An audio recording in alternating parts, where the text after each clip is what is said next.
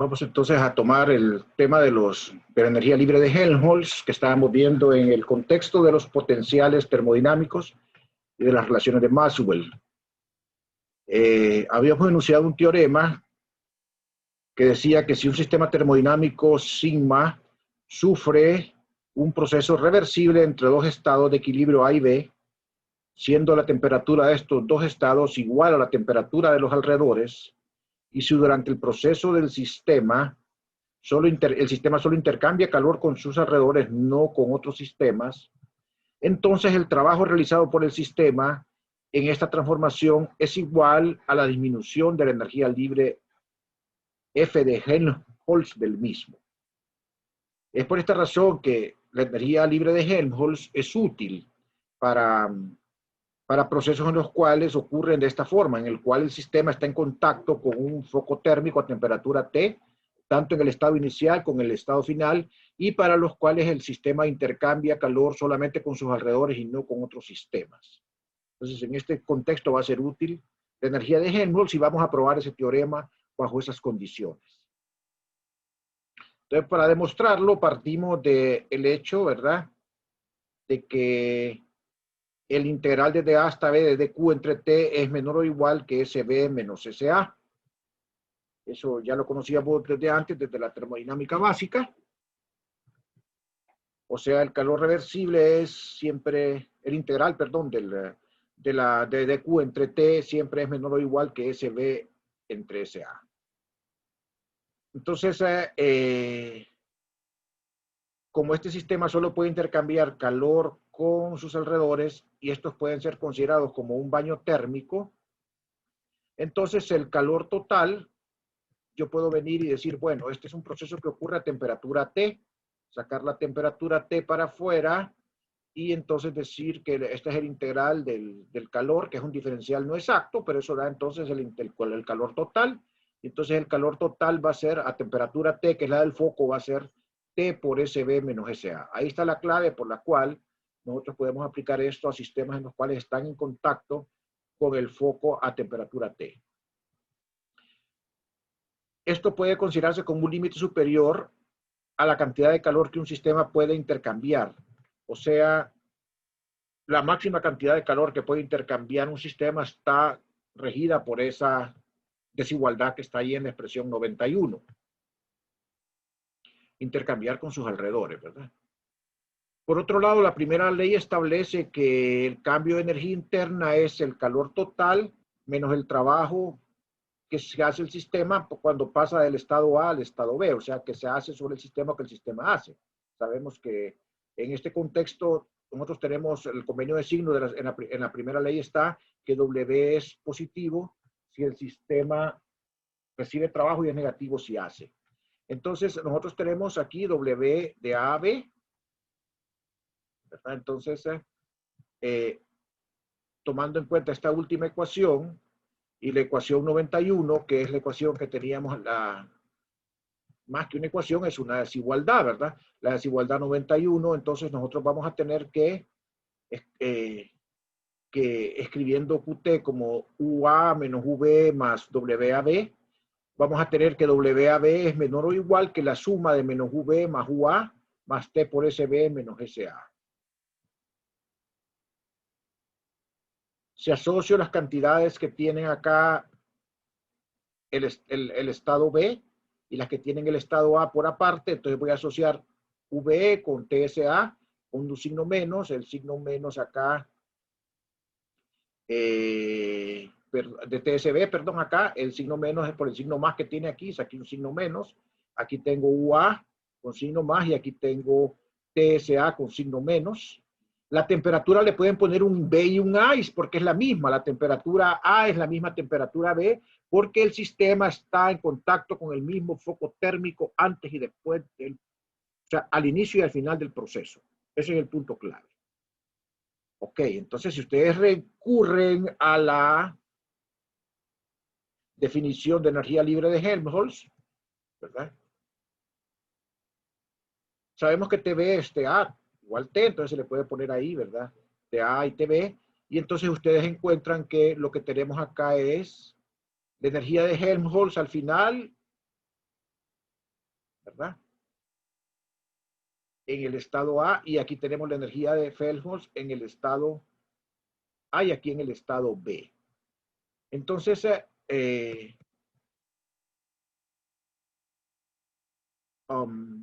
esto sería la energía al inicio y esta sería la energía final. Entonces, energía al inicio de Helmholtz menos energía al final de Helmholtz sería menos el cambio de la energía de Helmholtz, porque se acostumbra a poner el cambio como la expresión al final menos la expresión al inicio.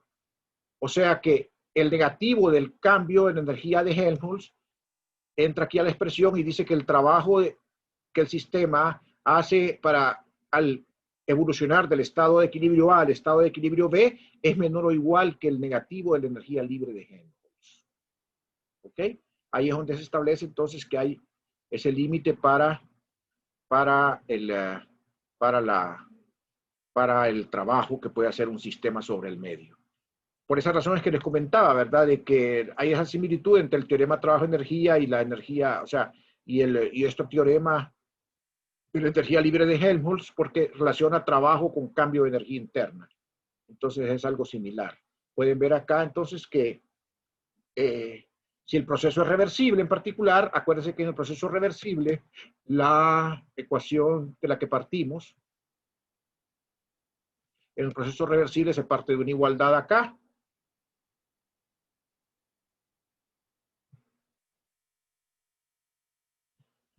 y entonces tendríamos aquí una igualdad y por el proceso reversible el trabajo de A a B sería menos el cambio de energía interna, menos el cambio de energía libre de Helmholtz.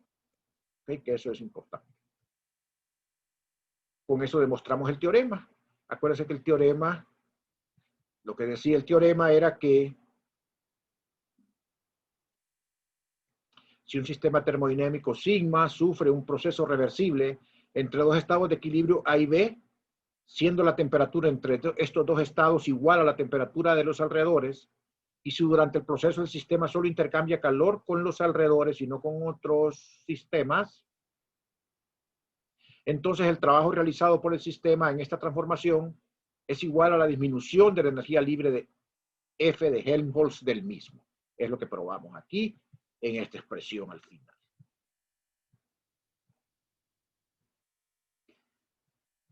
Importante, este teorema no está restringido a procesos isotérmicos entre dos estados de equilibrio. Por eso no mencionamos isotérmico. ¿La condición cuál es? La condición es que en el estado inicial el sistema esté a la temperatura del baño y en el estado final el sistema esté también a la temperatura del baño. Pero no importa en qué temperatura está durante el proceso. Eso es importante entenderlo. No importa qué temperatura está dentro del proceso. El único requisito es que la temperatura del sistema al inicio del proceso es la temperatura T del baño. Y al final, la temperatura del sistema, al final del proceso, es la temperatura T del baño, la cual es la misma. Pero durante el proceso, la temperatura T puede estar variando, no importa. Eso es el punto clave. ¿Verdad? La temperatura entre los dos estados intermedios puede ser cualquiera siempre y cuando los dos extremos en los dos extremos sea igual a los alrededores. Eso es el punto clave. Ahí habla de la analogía de la ecuación 9.4 con el teorema trabajo-energía de la mecánica clásica, que relacionaba el cambio de la energía mecánica, el cambio de la energía cinética con el trabajo hecho por la fuerza neta, por la fuerza resultante. Aquí tenemos un corolario. Un corolario es algo que se deduce de un teorema. Es alguna particularidad que se deduce de un teorema. Matemáticamente se utiliza mucho la palabra corolario. Entonces, para procesos isocóricos son procesos a volumen constante. O sea, procesos en los cuales el trabajo es cero, que satisfacen la ecuación interior, la energía libre no puede aumentar. En efecto, si W es igual a 0, 0 es menor o igual que menos FB más FA, o sea que FB es menor o igual que FA. Entonces ese es el corolario que tenemos para procesos isocóricos. O sea que eso establece ya una condición de estabilidad del sistema para procesos isocóricos. Entonces, Para procesos isocóricos, los sistemas van a tender a evolucionar de tal forma que la energía libre de Helmholtz va a tender siempre a disminuir, ¿verdad? Eso es, miren qué importante ese resultado, ¿verdad? Importantísimo. Ahí está escrito. El estado más estable de un sistema con respecto a una transformación isocórica en contacto térmico con sus alrededores es igual es aquel para el cual F es mínimo. O sea, F tiende a disminuir. Por analogía con sistemas mecánicos, F juega el papel del potencial. En este caso, respecto a los procesos isocóricos. Entonces, la energía libre de Helmholtz es útil en los procesos isocóricos en los cuales el sistema está en contacto térmico al inicio y al final con un baño térmico a temperatura T. Y el resultado fundamental es que para procesos reversibles, el sistema tiende a evolucionar de tal forma que la energía libre de Helmholtz tiende a un mínimo, o sea, tiende a disminuir.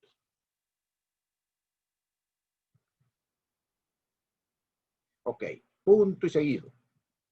Cambiamos de representación. Ya comenzamos con la energía que era U y B. Pasamos a la energía interna que era U y B. Ahora pasamos luego a la energía libre de Helmholtz, que se caracterizaba por, perdón, la energía U era S y B. U era S y B, sus variables naturales, la entropía y el volumen. En el caso de la energía libre de Helmholtz, recordamos que era el volumen y la temperatura. Ahora nosotros vamos a buscar un potencial en el cual las variables naturales son la presión y la temperatura. O sea, que P y T sean las variables independientes. Podemos nuevamente partir desde U y con una transformación de Legendre, ¿verdad? Cambiando las variables S y B de U, pasar a P y T con una doble transformación de Legendre. Se puede hacer así, pero podemos aplicar el mismo mecanismo que usamos la vez pasada. ¿Verdad? Podemos partir de la ecuación para la energía libre de Helmholtz, ¿verdad? En la que aparece T como variable independiente. O sea, podemos hacer de los dos. Podemos ir directamente desde U o desde esta de acá. Igual, ¿verdad? Si parto desde U es una transformación doble de Legendre. Si parto desde F es una transformación de sencilla de Legendre. No lo vamos a hacer con transformadas de Legendre, pero lo vamos a hacer partiendo de la primera. O sea, vamos a partir de acá, de la primera. ¿Ok? Vamos a utilizar ese mecanismo. Los mecanismos son los mismos y van a llegar al mismo resultado.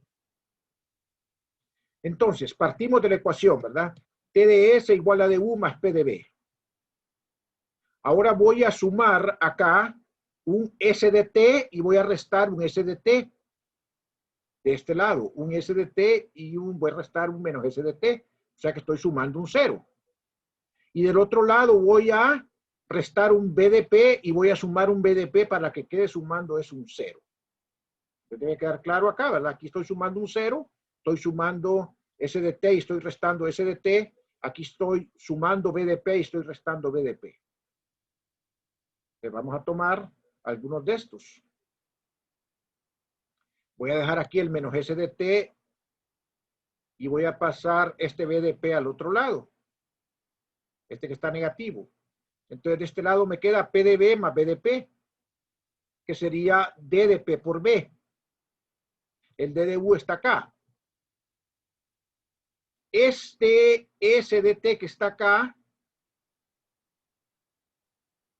este S de T que está acá y este T de S que está acá, los voy a pasar al otro lado negativos. Aquí quedaría menos S de T menos T de S, lo cual sería la diferencial de menos S por T. O sea que todos los demás términos, todos los términos,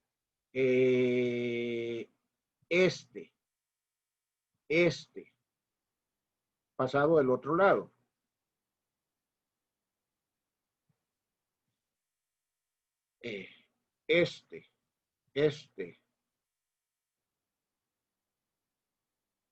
Y forman este diferencial que está aquí. El BDP lo pasé al otro lado acá.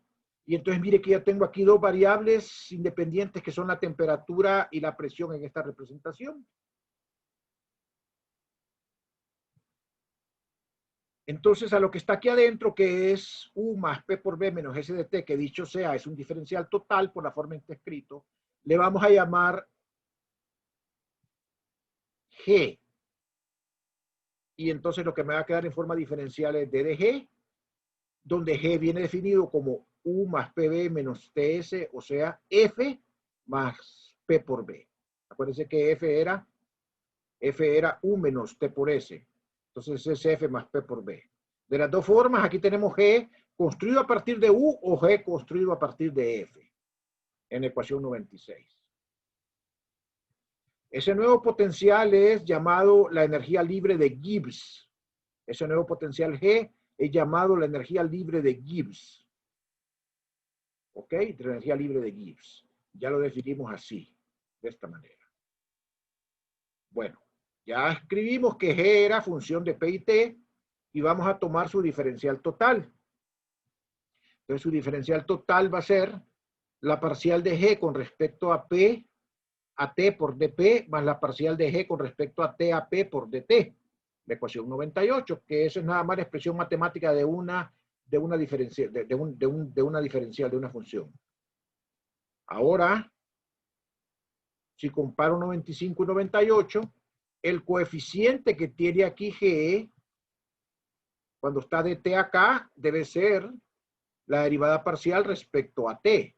Y el coeficiente que tiene aquí de P debe ser la derivada parcial de G respecto a B.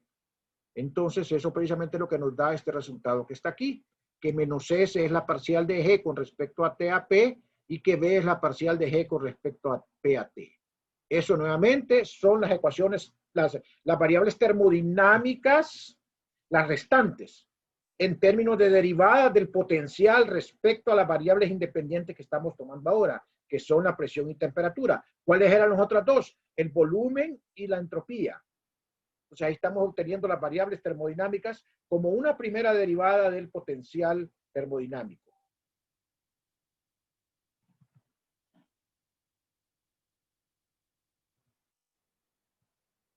Esas son las llamadas ecuaciones de estado, ¿verdad? O sea, S en términos de T y P y B en términos de P y T. Por otro lado, sabemos la formulita que CP es T parcial de S con respecto a T a P. Y entonces si yo vengo y tomo la derivada parcial de S con respecto a T a P, acá, con un signo menos puesto acá, eso va a ser la segunda derivada de G con respecto a T a P. Y entonces lo que tengo es que al despejar acá, CP va a ser T menos T, segunda derivada de G con respecto a T a P. Como había predicho, las propiedades calóricas, ¿verdad? Igual con el producto kappa por B, que es parcial de B con respecto a T a P. Observo acá que la parcial de B con respecto a T a P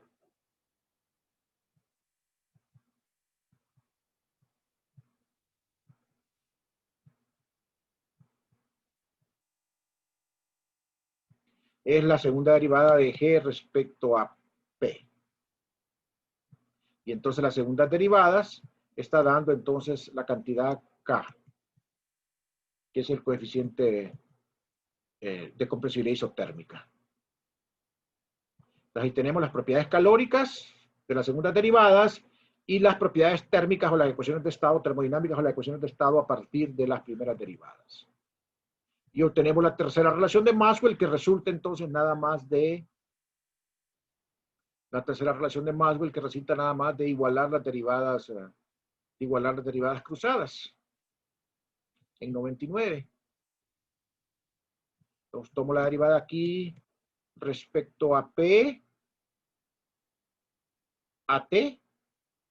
Tomo la derivada aquí respecto a T a P y las igualo porque las segundas derivadas aquí son iguales y entonces lo que resulta es la tercera ecuación de Maxwell, que sería menos ds de P a T igual a dB de T a P, o sea, igual a beta por B.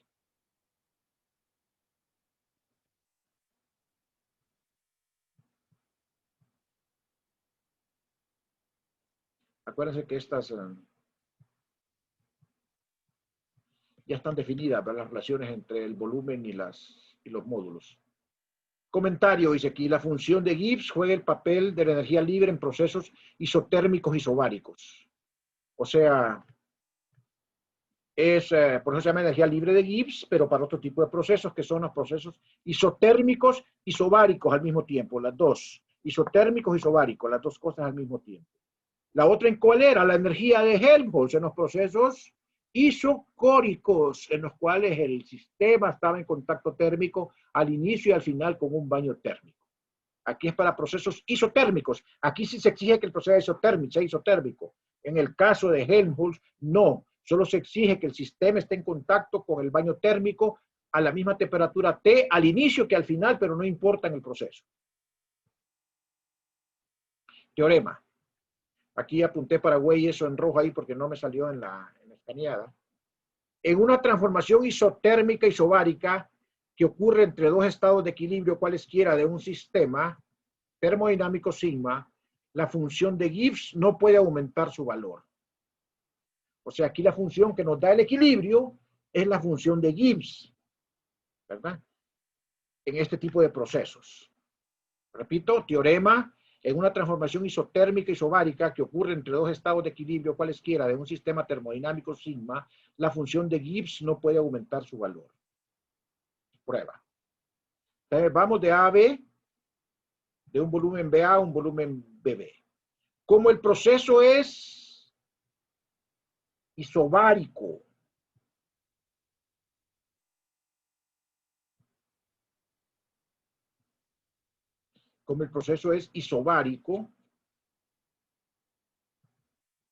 no isocórico, isobárico, entonces la presión se puede sacar afuera del integral y lo que queda es que el trabajo es P por BB menos BA.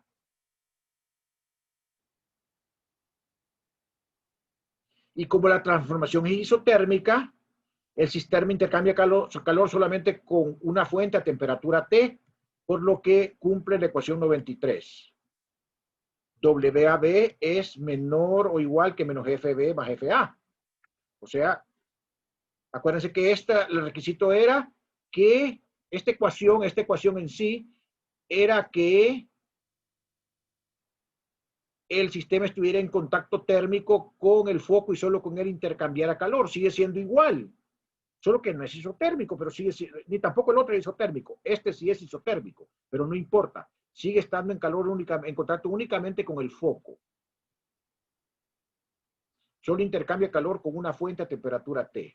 O sea que sigue siendo válida esta expresión que está acá. Bueno, entonces,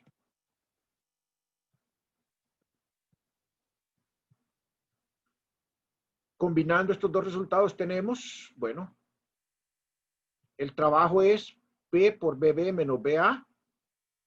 Entonces va a ser menor o igual que menos FB más FA. Parece que F es la de Helmholtz, ¿verdad? Entonces paso para acá, estos dos términos, y esto me queda menor o igual a 0. Junto acá, de tal forma que aquí me quede, bueno, antes de eso, escribo FB. FB es U menos T por S. Y aquí escribo menos FA, que es menos U por TS. Miren que la T es el mismo porque yo estoy usando otra vez el hecho de que el proceso, en el proceso el sistema esté a la misma temperatura T.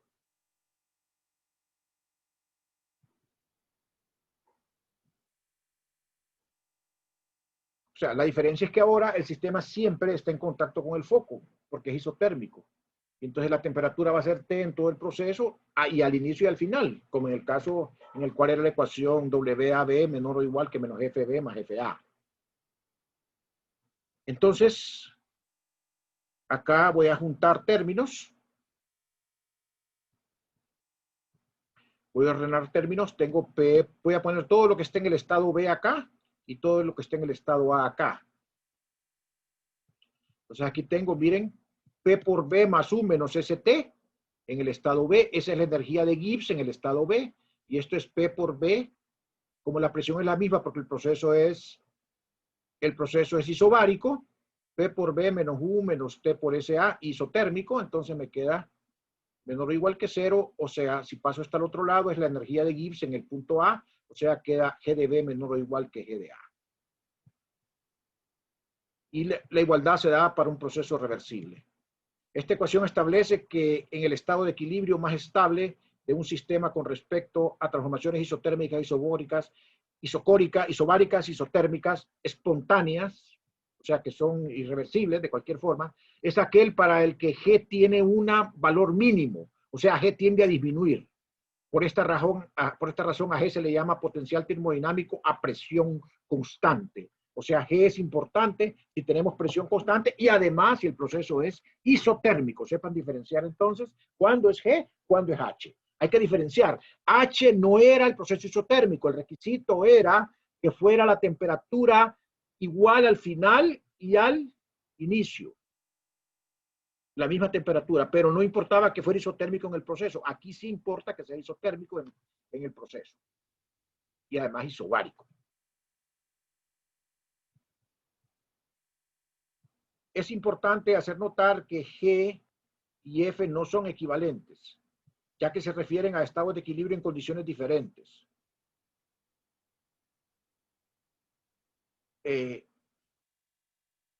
Si un sistema se encuentra en un valor mínimo de F, no implica que se encuentre en su valor más estable respecto a F. O sea, y viceversa. Puede ser que esté en su valor más estable con respecto a F, pero no necesariamente en su valor más estable respecto a G. No son equivalentes. Solo son adecuados para describir la estabilidad, la tendencia a la estabilidad en determinado tipo de procesos. Bueno, voy a pararlo acá porque ya me va a quedar restar nada más ver el último potencial y lo voy a ver el día lunes, ya para terminar. Entonces, aquí paramos la grabación. Espero que revisen ustedes bien esta disertación.